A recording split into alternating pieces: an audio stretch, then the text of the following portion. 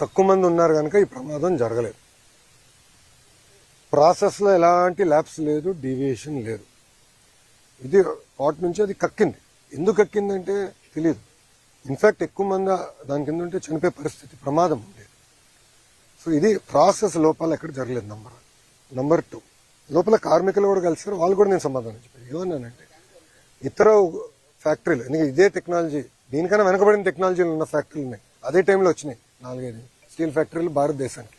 Russian టెక్నాలజీతో ఏర్పడిన ఒక factory, one of the best technology. In fact మనం హైదరాబాద్లో కట్టిన ఇల్లు, ఉండవల్లో ఇప్పుడు అమరావతిలో మేము కట్టే 2 ఇల్లు కూడా విశాఖ స్టీల్ వాడే కడుతున్నాం. ఎందుకంటే క్వాలిటీ బాగుంటుంది, స్ట్రెంత్ బాగుంటుంది, టెక్నాలజీ మంచిదని అందరం బలంగా నమ్ముతూ టెస్ట్ కూడా చూపిస్తుంది. సో అక్కడ ఎంతమంది ఉన్నారు, ఇక్కడ ఎంతమంది ఉన్నారు, కమిటీ మొత్తం క్షుణ్ణంగా పరిశీలిస్తుంది. చేసి తగిన చర్యలు మేము తీసుకుంటాం. ఇది ఇంకోసారి జరగకూడదంటే అది ఎందుకు కక్కిందనే తెలుసుకోవాలి. మేము కింద ప్రాసెస్ లోపాలు జరిగితే మీరు అనేది కరెక్ట్, కానీ ఇక్కడెక్కడ ప్రాసెస్ లోపం జరగదు. కెమికల్ రియాక్షన్ అంతా ముందల స్టేజ్లో జరిగిపోతుంది. ఫైనల్ మెటల్ వచ్చి ఇక్కడ నుంచి ఒక క్యూబ్గా తయారయ్యి రన్నింగ్ ప్రాసెస్ వెళ్తుంది. దాని తర్వాత ఇంకా మిగతా ప్రోడక్ట్స్ తయారవుతాయి. సో ఇక్కడ ఎలాంటి కంటామినేషన్ జరిగేదానికి, కెమికల్ ప్రాసెస్లో తప్పు జరిగేదానికి లేదు. కానీ ఎందుకు జరిగింది, ఎలా జరిగింది, ఏమైంది అనేది తెలుసుకోవాల్సిన అవసరం అందరూ. అక్కడ పనిచేసిన కార్మికులకు తెలియదు. ఎందుకంటే 30 సంవత్సరాల నుంచి అక్కడనే పనిచేసిన వాళ్ళు అన్నారు, సార్ మొదటిసారి జరుగుతుంది. సెక్షన్ ఇన్ఛార్జ్ 92 నుంచి పనిచేస్తున్నారు, ఆయన ఎప్పుడు చూడలేదు. సో ఎక్స్పర్ట్స్కే తెలియదు ఇది ఇక్కడ పనిచేసిన కార్మికులకి, పర్యవేక్షణలో ఉన్న లీడర్షిప్ కూడా తెలియదు. అందుకే ఎక్స్పర్ట్స్ వస్తున్నారు. ఎక్స్పర్ట్స్ వస్తే వాస్తవాలు తెలుసుకుంటాం, తగిన చర్యలు తీసుకుంటాం. అది అన్న ఒకటి 4 గంటల 10 నిమిషాలకి జరిగింది. ఇక్కడ ఉన్న 8 అంబులెన్సెస్ కూడా ఇమ్మీడియట్గా వెళ్ళినాయి. వాళ్ళందరినీ ఇమ్మీడియట్గా తరలిస్తాం జరిగింది. ఇది ఆసుపత్రులకి ఇమ్మీడియట్గా తరలిస్తాం కూడా జరిగింది. ఇంతేకాకుండా కలెక్టర్ గారు వచ్చారు, సిపి గారు వచ్చారు, హోంమంత్రి గారు వచ్చారు, ఎంపీ గారు వచ్చారు, ఎమ్మెల్యే గారు వచ్చారు, అందరూ వచ్చారు. ఇప్పుడు కుమారస్వామి గారు నేను రాత్రి వచ్చారు సార్. జరిగిన 12 hours కూడా జరగల. 4 గంటల 10 నిమిషాలు జరిగితే ఆయన సుమారుగా 10 కల్ దిగాడు.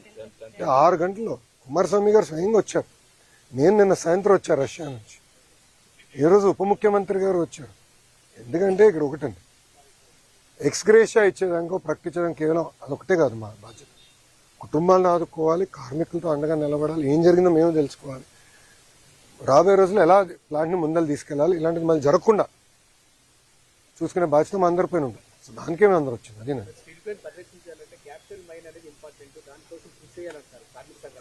సార్, మీరు మళ్ళీ ఒకే మాట అంటున్నారు, కార్మిక సంఘాలు అంటున్నారు.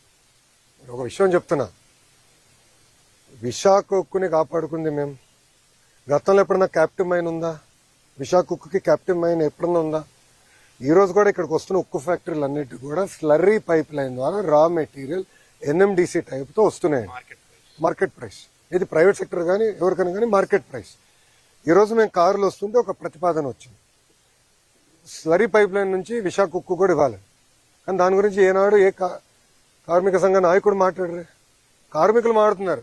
నన్ను అడిగారు ఒక కార్మికుడు, అన్న మీరు దీన్ని కూడా స్లరీ పైప్ లైన్ వేస్తే బాగుంటుంది. నన్ను అడిగింది ఒక పని చేస్తున్న కార్మికుడు. తప్పనిసరిగా చేద్దాం, 100% చేయాలి. దానికి ఎక్కువ మనకి రైల్వే సైడింగ్ అన్ని కూడా ప్రాబ్లం లేదు. మనకి స్లరీ పైప్ లైన్ కూడా తీసుకొచ్చే బాధ్యత ప్రభుత్వం తీసుకుంటుంది. ఇది ఇప్పుడు మీరు చూడండి, ఇదే స్టీల్ ప్లాంట్ లాభాల్లోకి వెళ్ళింది, అద్భుతంగా చేసింది. సుమారుగా 10,000 కోట్ల ఎఫ్డి ఉండేది ఒక దశలో. తర్వాత కాంగ్రెస్ వాళ్ళు వచ్చారు. ఇదే ఇప్పుడున్న కార్మిక సంఘ నాయకులు కొంతమంది కాంగ్రెస్ వాళ్ళు ఉన్నారు. వాళ్ళు అడుగుతున్నా, మీరు డబ్బులు తీసుకెళ్లి వేరే రాష్ట్రాలు ఖర్చు పెట్టారు, బరేలి అక్కడ ప్లాంట్ పెట్టుకోరు, అక్కడ పెట్టదు అన్నట్లు మీరు డబ్బులు పెట్టచ్చు కదా స్వామి. విశాఖకు డబ్బులు తీసుకెళ్లి పెట్టారు. తర్వాత జరిగిన పరిణామాలు మీకు తెలుసు, నష్టాల్లో కూరుకుపోయింది. 15,000 కోట్లు, ₹1 ₹2 కాదు. ఇది కేవలం కార్మికుల డబ్బులే కాదు, అందరి డబ్బులు. భారతీయులు అందరూ వాళ్ళు పన్ను కడితే కదా ఇది తీసుకొచ్చి పెట్టాము. భారతదేశంలో ఏ రాష్ట్రంలో ఇట్లా ప్రైవేటీకరణ జరగకుండా ఆపిన స్టీల్ ప్లాంట్ ఒకటి కూడా లేదు. అలాంటిది విశాఖ ఉక్కు కేవలం 1 and only ఎన్డీఏ ప్రభుత్వం ఆపింది. ఎందుకంటే మనకి ఎమోషన్ అటాచ్. మనం కాపాడుకున్నాం, కార్మికులు చూసుకునే బాధ్యత నాది. ఈరోజు కార్మిక సంఘాల నాయకులే ఎంత బాధ చేసినట్టు వాళ్ళు మాట్లాడే విధానం చూస్తే, డబ్బులు ఇచ్చేయండి, డబ్బులు ఇచ్చేయండి అంటే డబ్బులు ఇచ్చి చేతులు దులుపుకుని వెళ్ళిపోమంటారు మమ్మల్ని. అదా మా బాధ్యత. నేనేమన్నా కుటుంబాలను మేము ఆదుకుంటాం.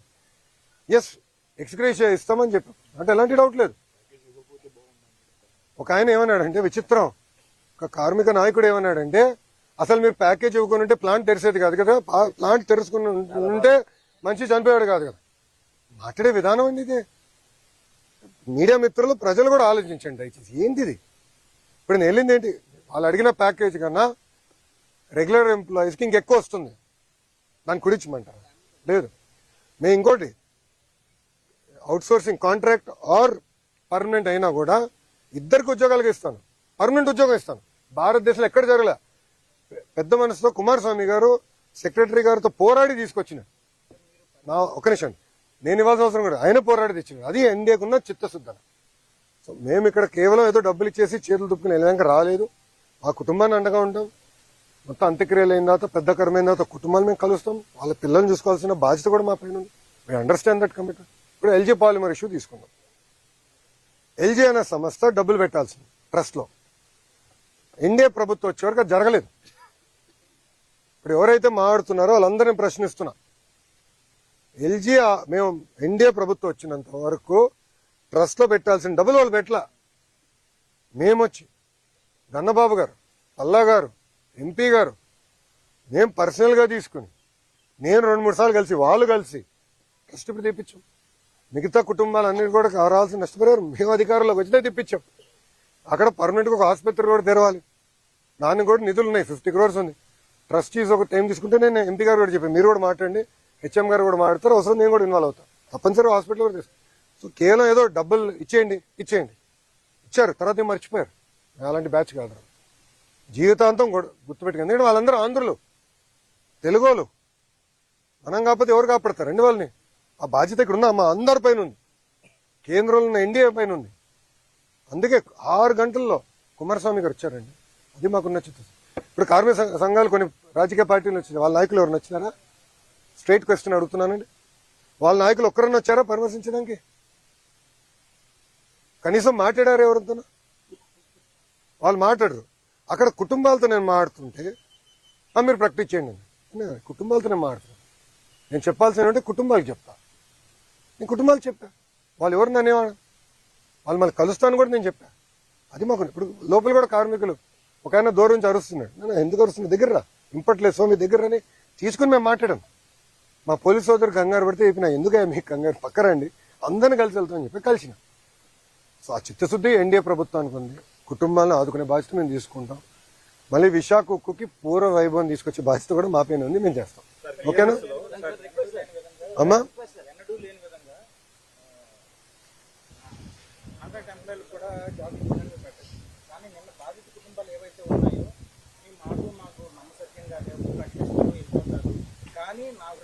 ఎవరు చెప్పారండి? ఒక నిమిషం అన్నా, మీరేమనుకోపోతే 1 second అన్నా. ఐఎమ్ సారీ కానీ హాఫ్ నాలెడ్జ్తో మనం ఆడకూడదు. కంప్లీట్ నాలెడ్జ్తో లెట్ us డిస్కస్. ఓకే, ఈరోజు ఎవరు వచ్చారండి ఇక్కడికి? ప్రతిపక్ష ఇది టీమ్ 11 క్యాప్టెన్ వచ్చాడా? అడుగుతున్నా, టీమ్ 11 క్యాప్టెన్ వచ్చాడు ఇక్కడికి? లేదు కదా. కుమారస్వామి గారు 6 గంటలు ఎందుకు వచ్చాడు? ఆయన ఎందుకు ప్రకటించాడు? 25 లక్షలు ఈరోజు రాత్రి కుటుంబాల అకౌంట్లో మేము వేస్తామని చెప్పాను. 90 రోజుల తర్వాత తిప్పి నన్ను అడుగు, అప్పుడు నేను సమాధానం చెప్పగలుగుతా. కానీ మీరే కావాలని అపోహలు సృష్టించి, కార్మిక సంఘ నాయకులు అపోహలు సృష్టించి, కరెక్ట్ కాదు. I'm sorry to say. మేము కాపాడాం ప్లాంట్, స్టీల్ ప్లాంట్. మాకున్న చిత్తశుద్ధి మేము కాపాడాం. నాకు ఇప్పుడు కూడా ఫోటో ఉంది. మేడం గారు, నిర్మలా సీతారామన్ గారు కూర్చుని ఉంటారు, బాబు గారు ఉంటారు, పైన క్లాక్ ఉంటుంది. పొద్దున 12:15 జరుగుతున్న మీటింగ్. రాత్రి ఫోటో అవుతాను, రాత్రి 2 వరకు మీటింగ్ జరిగింది. ఫోటోలో 12:15 అంటే డేట్ మారింది. ఇప్పుడు మేడం గారికి అవసరం? అది నిర్మలా సీతారామన్ గారికి అవసరమా? అంతవరకు ఉండి మనతో చర్చించి ఇంత ప్యాకేజ్ ఇవ్వాల్సిన అవసరం మేడం గారికి లేదు అని మనకి చిత్తశుద్ధి. అందుకే మనం చెప్పింది ఎవరో ముఖ్యమంత్రి గారికి ఆయనకున్న అనుభవంతో ఆయన చెప్తే అక్కడ వింటారు. ఎస్, బాబు గారు చెప్తున్నారంటే చాలా సీరియస్ చెప్తున్నారు. అది పరిణామాలు తీసుకుని ఆయన అనౌన్స్ చేశారు. సో నేను చేయకపోతే తిప్పినాను అడగండి, చేస్తానని చెప్పిన తర్వాత తిప్పి అసలు 24 గంటలు కూడా ఓన్ లోపలే మీరు ఇట్లా మాడితే ఎట్లా? Sir we are in full commitment.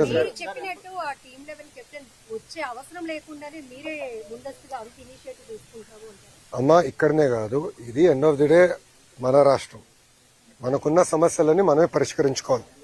It is our responsibility, right? ఇక్కడనే కాదు, రాష్ట్రంలో కూడా ఎక్కడ ఏ ఇన్సిడెంట్ జరిగినా, ఇప్పుడు గౌరవ హోంమంత్రి గారు బస్ యాక్సిడెంట్ కూడా వెళ్తున్నారు, గమనించారు లేరు? Any incident we are taking very serious. మాకు వాట్సాప్ గ్రూప్ ఉంది, ఇన్సిడెంట్ మేనేజ్మెంట్ అని మాకు వాట్సాప్ గ్రూప్ ఉంది. దాంట్లో గౌరవ ముఖ్యమంత్రి గారు కూడా ఉన్నారు. ఇది అడగండి, నిన్న జరిగిన 4:45 మేము అందరూ అలర్ట్ అయ్యాం, అందరూ మాడుకున్నాం. మళ్ళీ ఎంపీ గారితో మాట్లాడా, ఎమ్మెల్యే గారితో మాట్లాడా, గణబాబు గారితో మాట్లాడా, హెచ్ఎం గారు ఇమీడియట్గా స్పందించారు. ఇట్స్ రెస్పాన్సిబిలిటీ అమ్మా. మేమేదో టీమ్ 11 కెప్టెన్ సమాధానం చెప్పినందుకు మేము లేము ఇక్కడ. తెలుగు వాళ్ళకి కోసం, ఆంధ్రుల కోసం సమాధానం చెప్పాలి. మా బాధ్యత ఇది. 164 స్థానాలు గెలిపించిన తర్వాత మేము పరదాలు కట్టుకుని తిరగట్లేదు ఎవరు. పాప కార్మికుడు ఎక్కడి నుంచో దూరం నుంచి అరుస్తుంటే నేను ఎందుకు అరుస్తున్నానా? దగ్గర రా, అడిగి దగ్గర వచ్చారు, మేము కూర్చున్నాం, మాట్లాడుకున్నాం. నేను మందే భయ్, మన ప్లాంట్, మన రాష్ట్రం, మన సమస్యలు మనమే పరిష్కరించుకోవాలి. అంతేగాని మీరు కాబట్టి నేను నాకేదో కొంచెం బీపీ పెరిగితే ఏం సాధిస్తాం? బీపీ వస్తుంది అంతే, సమస్యలు పరిష్కారం అవ్వు కదా. కూర్చొని పరిష్కరించాలి. ఇప్పుడు వాళ్ళు అడిగారు, కార్మికులు కూడా ఏమన్నారంటే అన్న కమిటీ సభ్యులు వచ్చినప్పుడు ఇక్కడ ఎవరు పని చేస్తారో వాళ్ళు కూడా కలిస్తే బాగుంటుందంటే తప్పనిసరి కలుస్తారు. ఎందుకంటే అక్కడ ఏం జరిగింది, ఎలా జరిగింది వాళ్ళు కూడా వివరంగా తీసుకుంటారు. కమిటీ ఈరోజు సాయంత్రం వస్తారు, ఉంటారు ఎక్స్పర్ట్స్. నేను స్టీల్లో మాస్టర్స్ చేయలేదు కదా, నాకు ఐడియా లేదు. ఓకేమ్మా,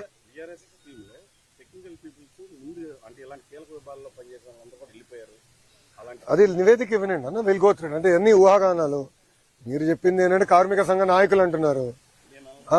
మీరు ఇప్పుడు మూడో ప్రశ్న, మీరు అడిగిన అన్ని ప్రశ్నగా అదొకటి వచ్చింది. ఎవరు అడిగారు కదా కార్మిక సంఘ నాయకులు ఇది అన్నారు, కార్మిక సంఘ నాయకులు అంటున్నారు. వాళ్ళ సమాధానం చెప్పేదానికి నేను లేను. ఎవరు? అరే వాళ్ళు అడుగుతారు, వాళ్ళకేం పోయింది? వాళ్ళు ఆయన ఎంత బాధ అంటే చెప్పేసి వెళ్ళండి అంట. ఎంత బాధ వస్తుందండి. దానికన్నా ఎక్కువ వస్తుంది కొంత కుటుంబాలకి నేను అనుకుంటే చెప్పేసి మీరు వెళ్ళిపోండి. అదే మరి. ఇంకో నాయకుడు ఎంత బాధ అండి. మీరు తెరిపించారు కనుక జరిగిందంట. 15,000 కోట్ల రూపాయలు ప్యాకేజ్ ఇచ్చి మేము తెరిపిస్తే, మళ్ళీ నష్టాల్లో ఉన్న ప్లాన్ని తిరిగి తెరిపిస్తే, బ్యాక్లాగ్ జీతాలన్నీ కూడా చెల్లించి అన్ని స్ట్రీమ్ లైన్ చేసి ఇంకా నెల పర్ఫెక్ట్గా అన్ని స్ట్రీమ్ లైన్ చేసే పరిస్థితికి వచ్చి సంఘటన జరిగింది. బాధాకరం, దాంట్లో ఎలాంటి డౌట్ లేదు. కానీ ఇంకోసారి జరగకుండా చూసుకోవాల్సిన బాధ్యత ముందు. విశాఖని పూర్వ వైభవం తీసుకొచ్చే బాధ్యత మా పైన 100% అది మేము చేస్తాం. ఓకేనా? థ్యాంక్ యూ అన్న, ఉంటానన్నా. జై హింద్. Thank you.